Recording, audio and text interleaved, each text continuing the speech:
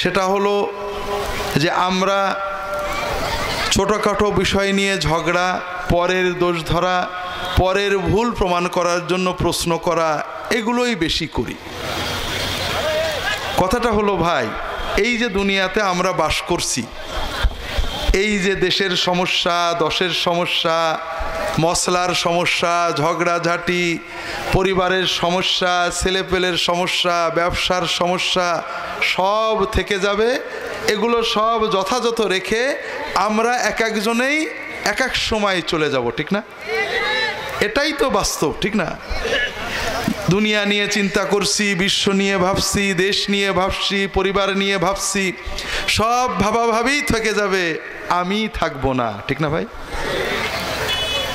তো দুর্ভাগ্য ভাইরা, দুনিয়ার অনেক মানুষ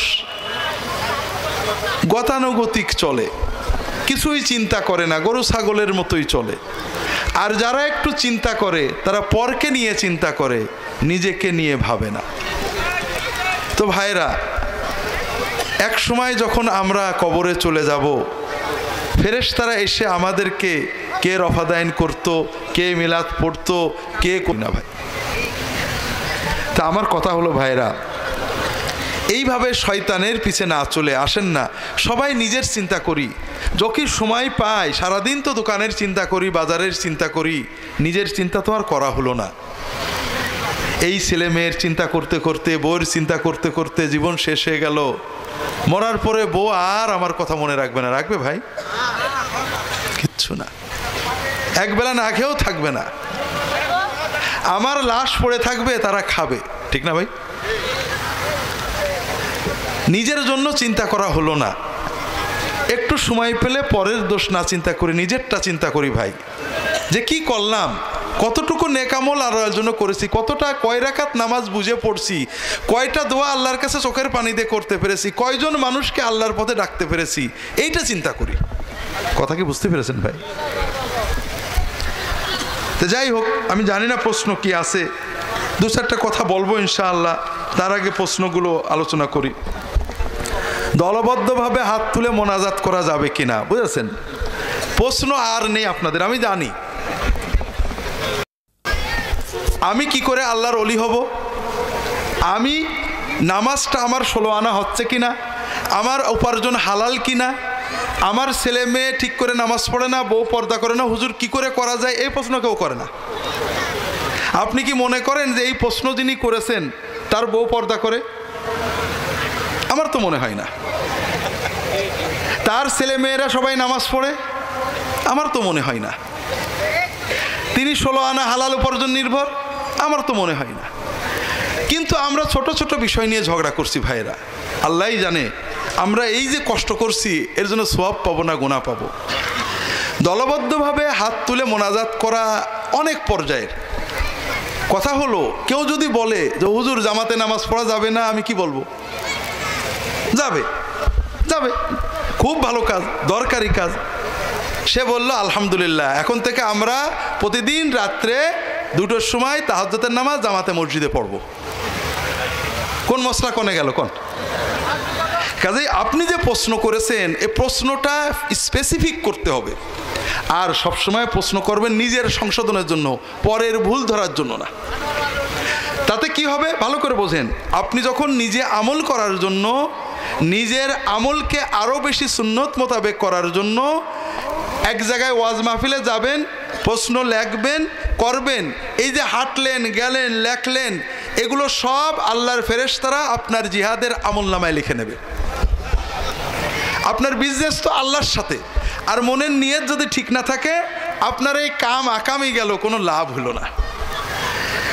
দলবদ্ধভাবে মোনাজাত, প্রথম কথা হলো ভাইরা, দোয়া আমরা করি কার কাছে? আল্লাহর কাছে না। আল্লাহর বান্দা তো দুই রকম, কিছু আপন বান্দা, কিছু শতালো বান্দা, ঠিক না? ঠিক তো? হ্যাঁ, আপন বান্দা না? আচ্ছা বলেন তো, মায়ের আপন ছেলে একটা জিনিস চাবে মার কাছে, আর বাকি 5 ভাই ডাকে আনা লাগে কিনা? হ্যাঁ, না। দোয়া মূলত আল্লাহর সাথে বান্দার সম্পর্ক। এখানে লোকজন লাগে না, নামাজ জামাতে পড়া লাগে, ওয়াজ মাহফিলে একজন বলে একজন শোনে, দোয়া তো আল্লাহর কাছে আমরা করি। এই জন্য সাধারণভাবে দোয়া যার যার দোয়া তার অন্তরের মহব্বত নিয়ে দোয়া করব আমরা, আল্লাহর কাছে সব চাবো। কিভাবে পারলে আমি পরে বলবো যদি সময় থাকে। তবে কখনো কখনো রাসূলুল্লাহ সাল্লাল্লাহু আলাইহি ওয়াসাল্লাম যে সকল সময়, যেমন নামাজের ভিতরে দলবদ্ধ মুনাজাত আছে, কুনুতের সময়, কুনুতে নাজেলায় নবীজি হাত তুলে তুলে দোয়া করতেন, সাহাবীরা পিছনে হাত তুলে তুলে আমিন বলতেন। কথা বোঝেননি? নামাজের পরে আপনারা যে প্রশ্নটা করেছেন সেটা হলো নামাজের পরের কথা। নামাজের পরে দোয়া মোনাজাতের সুন্নত পদ্ধতি। আমরা প্রথমেই একটা জিনিস আপনাদের বলি, কথায় অনেক কথা বলতে হয়। আমাদের দেশে যত দিনদারি আছে, যত নিয়ম কানুন আছে, কিছু আছে নবীর সুন্নত আর কিছু আছে আমাদের সুন্নত, মানে আমাদের পদ্ধতি, আর কিছু নবীজি মুহাম্মদ রাসূলুল্লাহ সাল্লাল্লাহু আলাইহি ওয়াসাল্লামের পদ্ধতি। আল্লাহ যে আমাদের দিন দিয়েছেন আল্লাহর স্বার্থে না বান্দার স্বার্থে? কথা বুঝেছেন তো? আমরা নামাজ পড়লে, দোয়া করলে, জান সাদকা করলে আল্লাহর তো কোনো উপকার নেই। আমাদের মনটা ভালো হবে, আমাদের বিপদ কাটবে, আমাদের অন্তরে শান্তি আসবে, মানুষের উপকার হবে, ঠিক না ভাই? তাহলে আল্লাহ যে হুকুম হাকাম দিয়েছেন এটা আল্লাহর স্বার্থে না বান্দার স্বার্থে? গুড। মুহাম্মদ রাসূলুল্লাহ সাল্লাল্লাহু আলাইহি ওয়াসাল্লাম যে আমাদের নিয়ম কানুন শিখিয়ে গেছেন তার স্বার্থে না আমাদের স্বার্থে? আমাদের। আর আমরা হুজুররা যেসব নিয়ম বানাই এগুলো সাধারণত আমাদের কিছু স্বার্থ থাকে, রাগ করেন না। কেমন? যেমন মনে করেন দোয়া করবেন, আল্লাহ এবং তার রাসূল সাল্লাল্লাহু আলাইহি ওয়াসাল্লাম আপনাদেরকে দোয়া করা শিখিয়েছেন। ওয়াস্তাঈনু বিস-সাবরি ওয়াস-সালাহ।